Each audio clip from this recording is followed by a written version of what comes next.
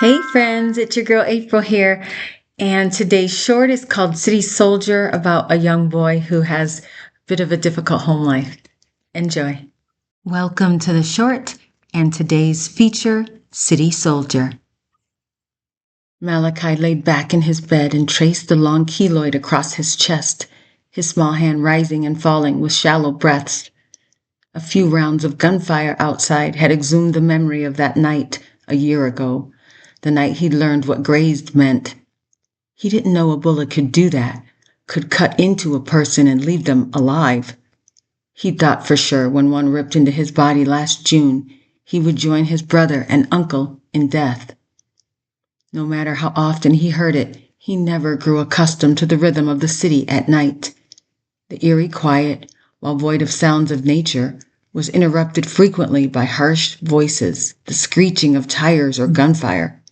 It didn't make for a good night's rest, and even after 2 years of urban living, Malachi still missed the country. The song of the city dissolved his peace while that of the country ministered to his soul. More shots, a little closer.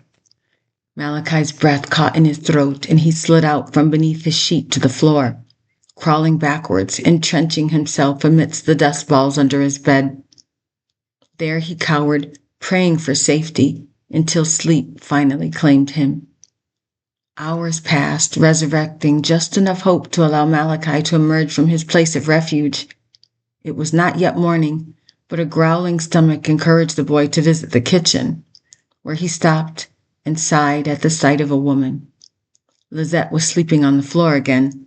The boy worked loose a bottle from her fingers and poured the last swigs of smelly liquid down the kitchen sink, dropping the glass in the trash with the others. "Oh, Mama," he sighed, sweeping back tousled hair from her eyes. Lizette smacked her lips and moaned before returning to oblivion. Malachi looked toward heaven and whispered words of protection over her. He left and quickly returned, covering her with the comforter from the living room. He hated leaving her on the floor, but he'd learned his lesson the last time. There was no lifting Mama. A few crackers helped to tame Malachi's raging stomach, and he yawned. The tenderness of the hour hung heavy on him, bringing with it the promise of deep sleep. Malachi returned to his room, spending the short walk conversing with God. "You're a prayer warrior, Mal," his grandmother had once told him. He'd never heard that term before and liked the sound of it. A prayer warrior, like a soldier. His father had been a soldier before he died, but in a different kind of war. Malachi waged war in the city with his words. Engrossed in the soaring of his spirit, Malachi climbed back into bed, doing what prayer warriors do. Somewhere in the night, distant gunshots resumed, but the boy held fast to his sheet, willfully ignoring the sounds of destruction outside his room. Despite the heaviness of his eyes and fear that sought to overtake him, softly Malachi began to sing. He praised God and thanked him for the mother he so loved and for their home together. In this small corner of the inner city, the young boy's song rose to the heavens.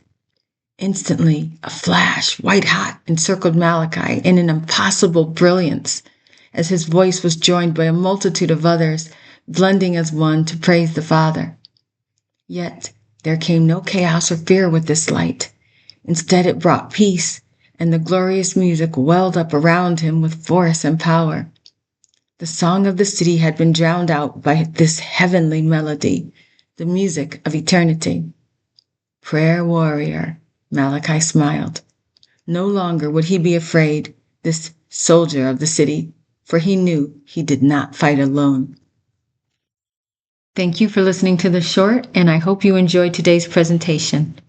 Please know that God loves you, and when you're ready to talk, He's ready to listen. God bless you.